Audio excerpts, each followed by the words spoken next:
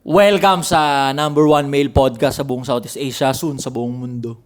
Yes. Anti-Support Social Club. Yeah.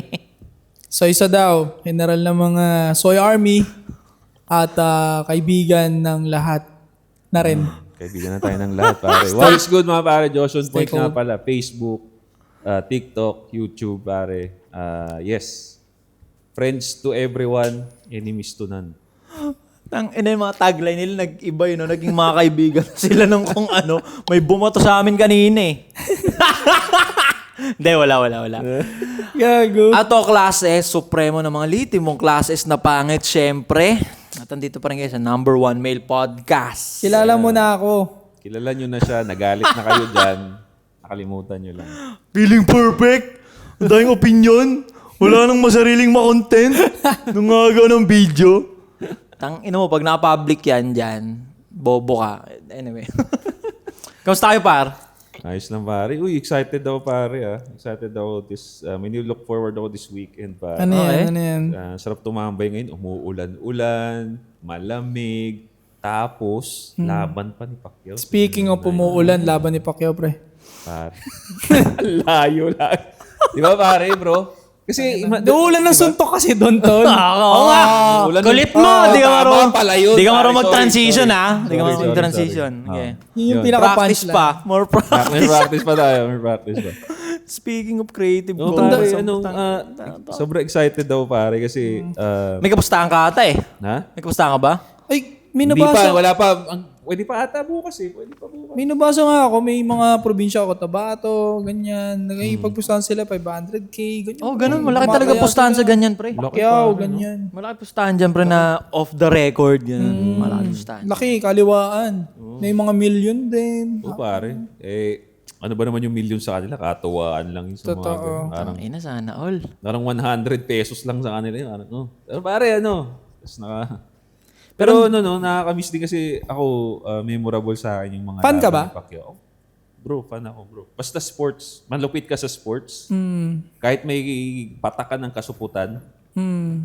respect ako sa'yo, pare. Pag sports, no? Discipline kasi talaga Oo, yun. kasi nandun yung core mo eh. Ako tsaka memorable sa akin yung bro kasi every time na na ilaban ni Pacquiao, puta. Yung airpot ko, talagang tatawagin yung mga kapatid niya. May Red Doors yan. May Red Doors, Oh, yun may ang- mani. Pati ako, kumukuha ako ng mani. Hindi pa ako nainom noon, no? Ganyan mani. Tapos tatawagin yung mga kapatid niya. Doon kami sa bahay namin. Nunood kami, pare. Tapos talagang masaya yun. Lahat. Buong street namin, pare, maririnig mo. Sabay-sabay nagsisigawan. Pag may lumanding na suntok, no? Sabi ng Sabay bahay, no? nagsisigawan pero hindi magkakasamang nanonood, pare. Kaya parang memorable sa akin. Isa yun sa yung mga laban ni Pacquiao Dati, talaga. no? Sobrang Gogo, lahat masaya, pre. Kapitbahay mo nakangiting lalabas ng bahay, Walang pre. traffic po, ina, no? Walang tao sa labas talaga. Wala. Tapos pag nanalo si Pacquiao, yung mga kapitbahay mo, iba yung ngiti nila. Oo, yung proud mga na proud. nagpapaweteng, papa-ending, di ba? Nakaganon yan, eh. May ano yan, eh. Ngiti talaga sila. Para tas Poli. excited silang ibalita. Napanood ba? Hindi nyo habang nagpapataya, oh. Tangina, grabe yung kinaliwan sa tumamay, no? Tangina, buti na ulagan, eh. Pakalupit. Oo nga, eh. Excited silang ikwento kahit napanood nyo naman pare-parehas. Tapos lahat ng taong Pilipino noon nakangiti paglabas ng bahay. Kaya nga eh. Ano pag panalo? Naging ano na siya, no? Kulturang Pinoy. Oo, pre. Actually, pare. Naging kulturang Siguro Pinoy yung na. sales ng Red Doors pag laban ni Pacquiao, talagang grabing bulusok talaga Legit, pataas daw yan. Buhay ang ekonomiya. No? Tapos may brand nga doon na bata ako, lagi ko siya nakikita. Sabi ko, tanga na, pag laki ko, bibili nga ako niyan. Yung No Fear. No fear. Tapos di ko na alam, ano ba yun? Brand ba yun o kung ano? Kasi try ko siyang hinahanap Damit ngayon. siya, pare. Ang Parang No Fear. pang-boxing lang ba siya? Di ko alam Ako hindi eh. ako aware eh. Basta nakikita mo siya makikita mo lang siya pag laban ni Pacquiao, No Fear. Basta lagi pag No boxing, Fear, Red Horse, Musik Laban, di ba? Hindi ko alam kung tama ako Correct me if I'm wrong sa mga nakakalam dyan. Kasi parang yung No Fear, pare, para siyang sports brand talaga.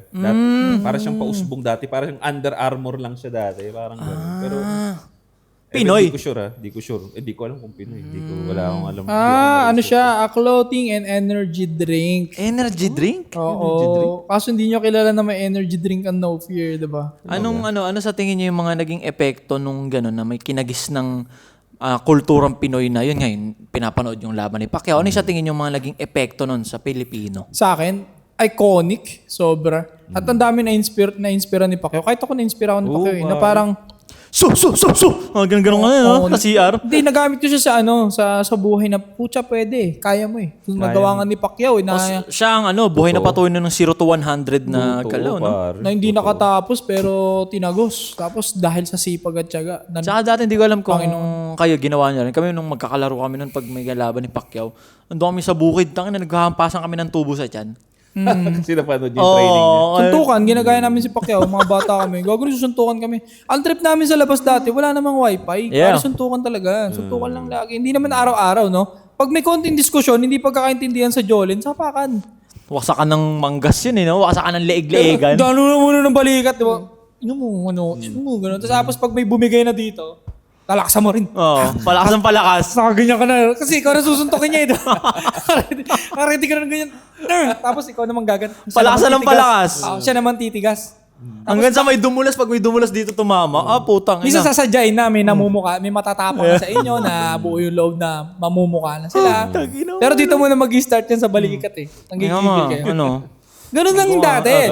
Tapos pati-pati pa rin pagkatapos, di ba? Tropa-tropa pa Minsan rin. hindi Matagal, mga oras din. Mamayang hapon pa. Hindi, minsan niya araw eh. May Araw time na din. hindi kami nagpapansinan ng araw, kaaway ko yun eh. Ganon. Pero maya-maya, pagka wala na kayo makalaban, kayo na maglalaban. Naglalaban kayo pero wala masyadong kibuan. Titira kayo ng Jolin, wala masyadong pansin ng kalabang kayo. Totoo. Tapos mga ilang days, gasa na, uy, magbati na kayo. Gagawin. Hindi, okay naman kami yan, di ba? Di ba, okay naman, offer tayo. Pag nagka-pair na yun, yun na yun. Okay naman kami, offer tayo. Tas Pero mostly mga kababata mo nakasuntukan mo pare, sila pa yung magiging mas magkadikit mo. Yeah, Pansin totoo. niyo ba yun? Mas nagiging kadikit mo ng... Totoo. Kasi may kailangan kayong nabasa ko yun kasi may kailangan kayong patunayan sa isa't isa eh. Na I'm not enemy anymore. Na parang kailangan niyo compare sa friend Saka mo. parang sa lalaki kasi banding yun eh. Parang Banding banding siya, di ba? Para siyang, magiging banding siya pagka lumaki na kayo na parang katuwaan yun. Parang nagsuntuan tayo. Parang, alam mo yun, yung mga ganun. Di ba? Pero pag nadurog ka, ayaw kong pagkwentuhan yan. Ang ina mo, baka gusto mong bawian kita yun. Pag bata kasi parang di naman, Hindi, wala rin durugan pag bata eh. Parang nalamangan ka lang slight. Pag bumateri, kunyari, ganitong edad mo na parang nagsuntukan, tapos napatumba ka, yun. Mapasag ka talaga dyan. Or teenager, di ba? Huwag mo nang banggitin, di ba? Pero bata, parang laro-laro lang. Laro lang. Anong naging effect nga sa inyo nung laban ni Pacquiao? Tumapang kayo, ganun. O pare, napatunayan niya na parang kaya mo naman palang yumaman, kaya pumira. From zero. From 0 to 100. Tama Nang walang yung sinabi diploma. Oo, parang isa rin yun sa ano. Pero huwag niyong gayahin na huwag kayong mag-aaral. Totoo. Iba naman kasi yun eh. Sinabi lang na Doon malakas kaliwa nyo eh. Diba? Sinabi lang na possible. And ewan ko, basta ang lakas maka-patriotism sa puso nung ginagawa ni Pacquiao. Exactly, Kasi totoo. para sa bayan. Ngayon, ang problema is nalo-lost respect na yung mga tao in the Philippines, medyo, pati na rin sa tagos ng labas ng mundo. Kasi parang, you need to rest na, pahinga ka na. Kasi nasisira niya na yung record niya, pre. Eventually, masisira niya yan, kakaganyan niya, ayaw niya tumigil. Kasi iba pa rin ang lakas ng bata. Naniniwala ako kay Pacquiao. Pero naniniwala ako na, everything, may hangganan pa rin yan. Ilan taon na ba siya? May 50 na ba siya? 50 plus na yata 50 plus siya. na ata rin yun. Wish ko lang, sana wag tama na, last na to. Hanggat maaari. Kasi baka masira mo pa yung record. Sayang eh. I know, passion mo yan. Pero sana gayahin mo na lang ginagawa ni Mayweather na exhibition, katuwaan. May money pa rin naman dun eh. Okay. Pero not to the point na sisirain mo yung dangal mo. Kasi ito professional na ano pa rin to eh. Ang ayoko lang kasi mangyari doon, bro, mapabaksak siya, no, ma-knockout siya. Baka kasi wala naman sa kontrata niya kasi minsan may kontrata yan sila, di ba? Ang ayoko doon kung siguro hindi nila napag-usapan yun or wala sa contract, magseryosohan talaga sila mapabaksak siya ng baguhan. Knowing na si Pacquiao putang ina, pound per pound champion, wala pa nakakagawa ulit ng record niya. Hall of Famer. Dito sa Pilipinas, hindi nyo masyadong appreciated. Hindi nila masyadong appreciated si Pacquiao, pare. Sa ibang bansa, lalo na yung mga solid fan ng boxing, bro. Parang si Pacquiao, parang Michael Jordan ng Michael boxing. Jordan ng boxing, yeah. Pare, hindi nila alam yan kasi wala, sa isang opinion ng tao, masisira Pero yung boxing, pare, para siyang Michael Jordan. Pero yun lang ayokong mangyari, no, na mapabaksak siya ng baguhan, lalo na wala pang pangalan, meron siyang pinanghahawakan. So, ako para sa akin, agree ako na dapat more on exhibition na lang. Exhibition match para kung may bumagsak man or what, wag naman sana. Walang tarnish dun sa ano niya. Hindi Sa mo record, na-tarnish wala yung na. record niya. Kasi pag sinabi exhibition, Kumbaga pera-pera na lang talaga, di ba? separate pa rin talaga siya sa professional record eh. And hindi na siya ganun ka-pressure at titignan ng tao. Kahit manakaut siya dun. Wala. Dun sa ginagawa niyang iba. Ang sabi ng mga tao, tinatawa na siya, lakas ng tama eh. Nagpastor siya, may basketball league. Di ba? Well, Kahit ako gagawin ko din yun. Pag wala ka na magawa sa pera eh, no? Hindi nyo kasi magigets yun, bro. Hindi nyo yung mga criticize sa ganung gawain. Wala kasi kayo nung ganun kakapal na pera. Wala kasi kayo. Kaya di nyo maintindihan yung trip niya. Totoo. Hindi nyo alam yun. May Pag fuck you marami money kang siya eh. pera, pare, marami kang oras, marami kang pwedeng gawin. Mabubor ka na dyan sa taas, bro, sa totoo lang. Nag-senador siya, di ba? Hindi nyo magigets. Siguro, lahat ng mga ginawa niyo, baka gawin ko din. Pero yung pera lang sa pagsasenador, hindi ko papasukin ng politics. Kasi ganun na karami pera ko. I will help people na lang as much as I can. Pero Pwede naman tumulong nang wala ka sa posisyon eh. hindi ko nadadaanin sa politics. At kasi may stress ako eh. Kasi yung pagkaganyan na ako kayaman, ang iniiwasan ko na lang yung stress. Huwag ako ma-stress. Yun nga yung, kumbaga, reason bakit ka nagpayaman eh. To avoid stress. Ikaw to, anong sa palagay mo dun sa darating na laban ni Pacquiao? Parang, diba? Sa akin, pre, ito. Hindi naman sa darating na laban. Para sa akin, yung kultura na kinagisnan na may laban si Pacquiao, para sa akin maraming sinirang pamilya yun. Bakit? Ang negative nung ano mo. Ganun pa yung babae? Pre, putang inang. Perspective mo kay Pacquiao. Kaya bakit? Anong para sinira? Tayo na grabe yung build-up niya, no? 10 minutes na. Proud Pinoy. Kasi butang eh. Para sa akin, pre, ang daming sinirang pamilya nun ni Pacquiao. Bakit? Bakit? Kasi nung mga kapanahunan na yun na sobrang nostalgic pag i-imagine na lang natin ngayon na yun, may laban si Pacquiao, boxing, ganito, ganyan. Doon din yung mga era na may binubugbog na asawang babae. Ang ina mo, ba't parang si Pacquiao may kasalanan doon? Di ba? Hindi naman bibog. Yung mga tatay biglang nambubugbog, nambuboxing, di ba? Papag-boom! Bisis mo yan, pre! Hype na hype yung tatay. Hindi ka nga rito, Maria. Di ba? Tangina ng mga tatay tuloy, ng mga tatay, konting kibot na di pagkakunawaan, manununtok. Pakpak-boom! Pakpak-boom! Anong malay ni Pacquiao doon eh? Napunta na nanahimik si Pacquiao. Low blow. Hindi yung mga tatay, tangina naging trip manuntok na rin eh. Di ba? Sira. Pam! Para sa akin, wag na lumaban si Pacquiao kasi baka ngayon, lalo ngayon. Baka ano na naman ang answer pala manuntok. Ayun yung tangina yung Ngayon mga... bro, di ba may bawsi? Oh. Pagkatapos ng laban ni Pacquiao, puta, nag-report sa TV Patrol. Tumaas yung case. Tumaas ang case ng Tangina. Pwede ba i-research niyo yan? Pa-research nga dyan kung mataas ba yung level ng ano. Nung pambubugbog dati? Gago. Mataas, pre. Cancel ka na naman. Dahil kay Tangina mga... Pacquiao, Tangina mo. Tangina hindi yung mga tatay kasi tangina mga tatay nun, no? Tamang suntok sila, no? Paano kasi hindi nagba-vaccine Jim, puta ginagamit na punching bag yung asawa. Kung hindi anak, yung asawa. Sa lugar namin, sa Kogyo, yung kapitbahay, parang wala naman ako nabalita ang binagbubuhatan ng kamay dun masyado. Putang Parang ina, wala? naman, wala. Pero maraming fan ni Pacquiao. Pero bakit si Pacquiao ang may kasalanan sa panggugulpi ng asawa? Sino bang napapanood ng low IQ yung tatay na nanununtok, na nangangaliwa? Malay mo naman galing kay Goku yun. O kaya kay Ghost Fighter. Kasi di ba madalas yung dati. Hindi, pag nanonood ka dati ang cartoon, di ba, lipat mo yan, laban ni Pacquiao. Di ba, yung tatay. Tangina, Lipat mo dyan sa laban ni Pacquiao para ma-practice ko sa nanay mo. Hindi, gago legit pre. Ako, di ko alam kung ba't di nyo na-imagine yun. Hindi nyo naisip yun. Totoo yun. Alam ko marami mag-agree dyan nung kapanahonan nung gano'n na prime Pacquiao. Tangin, ang dami ring mga tatay na prime batugan na ng bubugbog. Gago, lala. Diba? Tamang suntok sila. Diba? Para sa akin, yun yung naging negative na impact ni Pacquiao. Pag nag-warm up na yung tatay, nung kinakabahan na yung nanay. Pag yung nanay, nagpaalam na, magsisimba muna ako, anak. Diyan ka muna sa tatay mo. Grabe ka naman, bro. Para nating... Kaya pala konti bading nun. Oh, di ba isa pa? Kasi yung mga tatay Pero ako tamang... nag-agree. Di ba kaya konti bading no nung prime Pacquiao? Ayan, bakit? Tamang boxing yung mga tatay. Boxing ka eh. Kaya pala sinasabi sa comment dun kay Aura, at least di ako naging punching bag ng ano. Gago.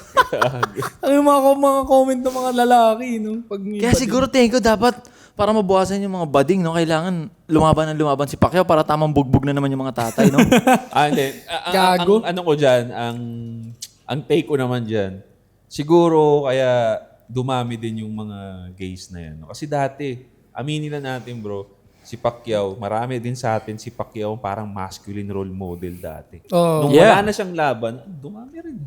Di ba? Tingin mo ba? Kagi, binash din yan si Pacquiao dati ng LGBTQ kasi ayaw ni Pacquiao ng ganyan. nung Hindi nagpastor niya siya, no? sinuportahan yan. Ay, masyadong maaga na ganun si Pacquiao. Kung ngayon yun, ba? Oo nga, no? Walang papalag, kakaliwain niya eh. No, may sinabi siya tungkol sa LGBT, no? Walang kokontra kasi Dapat kasi hinintay mo muna lumabas pag tinamaan ka ng suntok ni Manny Pacquiao ay para kang sinatgan. Tinamaan ng shotgun sa ulo. Ganun yung ano, di ba? Tanginang yan. Wala, grabe rin yung nangyari dun. Pati Nike deal niya, nawala rin. Dahil, Oo, kinansela siya. Grabe lakas ng power ng LGBTQ. Dahil? Worldwide dahil dun sa bumitaw. sinabi niya na yun. Daming Nike brands, deal niya, daming umalis brands yun- na bumitaw. Umalis yung Nike sa kanya dahil dun sa komento niya na yun. Mm.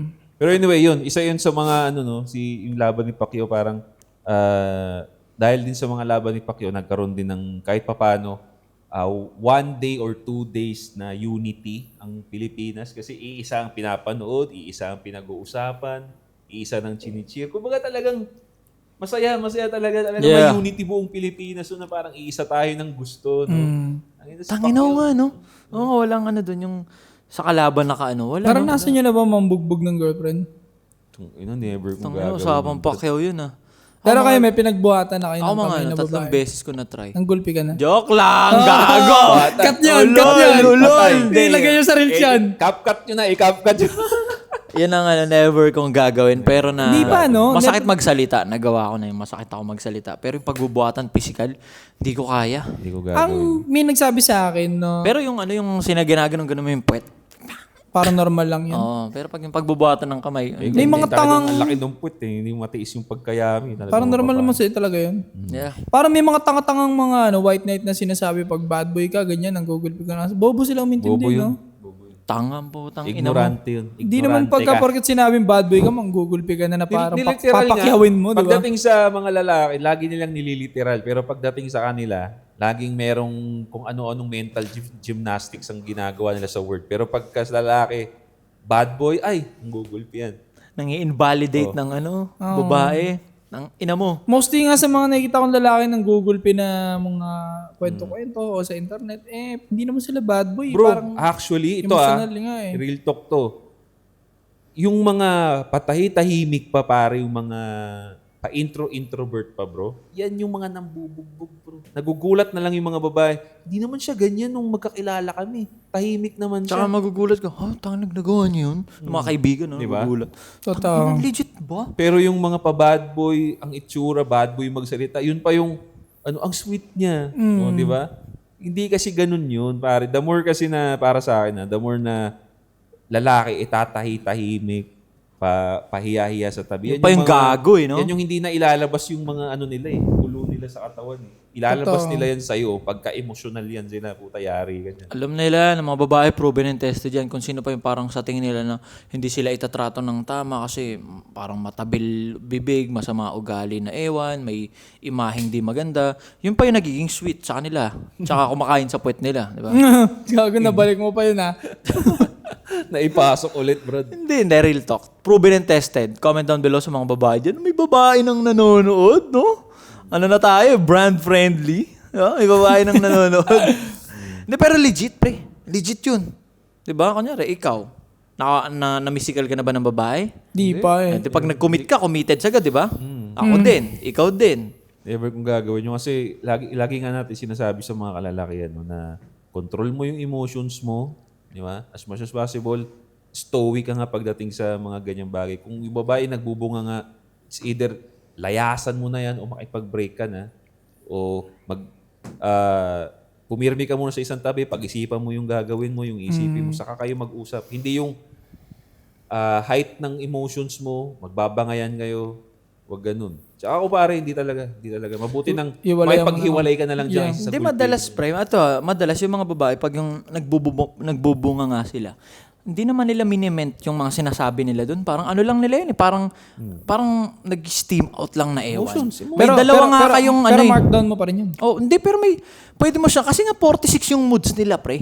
Pwede mo siyang i-disregard or pwede mo siyang intindihin at may dalawa kang pwedeng ano dun eh, gawin. Kunyari, nagbubunga nga. Unang-una, pwede mong ipasak yung burat mo doon. Pag ayaw niya, pagkain. Kain tayo, tara na nga, kumain tayo. Kain tayo sa labas, ganun. Pwede rin. Pero ako, hindi ko re-rewardan yung ganun. Tangin na mo, alam mo, sa tingin ko gutom ka lang, tara kumain tayo. Masyadong kupal bunga nga niya, tapos delivery ko pa ng food. Hindi niya na dineserve. Hindi niya na dineserve. Kailangan Saka na naka-markdown sa akin yun. Nakalista sa utak ko yun. Putang Nugget. ina ka.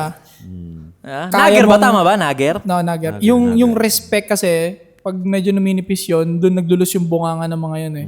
Pero the more na makapal yung respect, hindi basta-basta buibitaw yung bibig ng mga yan. Nakokontrol niya, natatakot siya na mawala ka. Okay. Hindi takot na baka pakyaw yung mukha niya. Pakpak boom. Hindi. Takot na mawala ka. Wala ka. At mawalan ka ng respect sa kanya. So, hindi niya sasabihin yung mga pangit na. Or babaguhin niya to ng ibang word. Rephrase niya to. As a feminine. So delivery.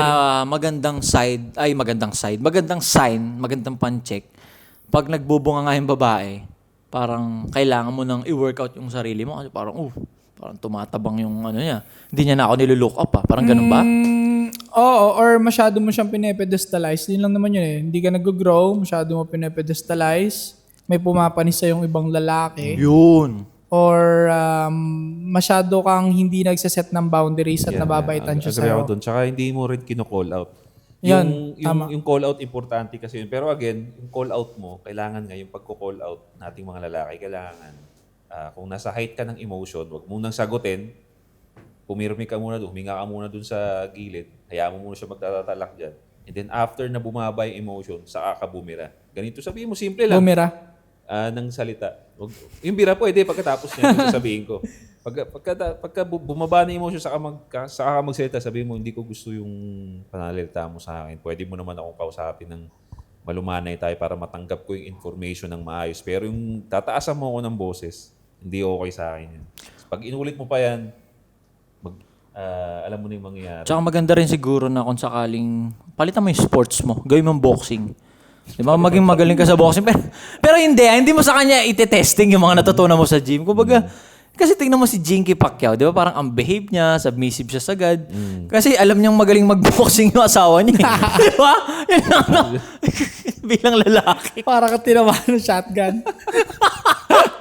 So yun pala, no? Takot pala talaga si Jinky Sindak pala. uppercut gag.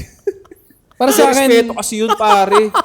para sa akin, marami din talaga ako natutunan dyan sa mga mindset pa kaya nag-delay gratification, ganun. Yung parang maghintay, matutong maghintay, and pagiging magtiwala sa Diyos. Yung mga natutunan ko. Tsaka sobrang laking take home kay Pacquiao nung kasi hindi naman tayo sobrang fluent mag-English agad eh. Parang sa kanya rin natin nakuha yung ganun eh. Yung pag nag-iisip ka ng sentence, lagyan mo ng you know. Di ba? Gago, bakit naman kasi i-interviewin mo yung taong galing sa kakalaban lang sa boxing, pare? Hindi talaga makakaisip ng matino yun. Nag-aabol pang hininga yun eh. Yumayanig pa yung utak mo, gumaganon pa yun. Tapos interviewin mo, kunyari, Makes sense, Anong pakiramdam? Tangin mo, ikaw nasapak-sapak ako sa ulo eh. Oo nga, no? Tapos pag-iisipin ka, no? na-delay talaga yun. Oo, totoo nga, no? Kaya pala ganun sila magsalita. Minsan sinihingal pa yun, no? Hinihingal pa. Ano? Pwede bang mamaya na? Mamaya na. Pinagsasapak ako sa ulo eh. Tapos, anong masasabi mo sa laban nyo? Oo nga, no? Ang daming, di marunong sumagot, bobo, magaling yung sa muntok. Sapak-sapakin ka kaya ng 200 beses sa ulo. Tapos tanongin kita Sa bigla. mga nang babas na di ba na, tangina, nagsenador pa, no? Magboxing ka na lang, doon ka magaling. O, yun tayo nyo, baka nagre-recover pa nga naman. Ilang years siyang pinagsasapak nga naman. So, hindi nyo magigets yun, yung ganun na philanthropist na yung tawag doon. Marami nang pinagagawa sa buhay. Nag-iisip na siya kung paano siya magiging impact sa society. Totoo yan. Tsaka sa ulo mo, testing mo, try mong bastusin sa personal yun. Malaki impact nun sa ulo mo. Pag kinaliwa ka. No? Literal.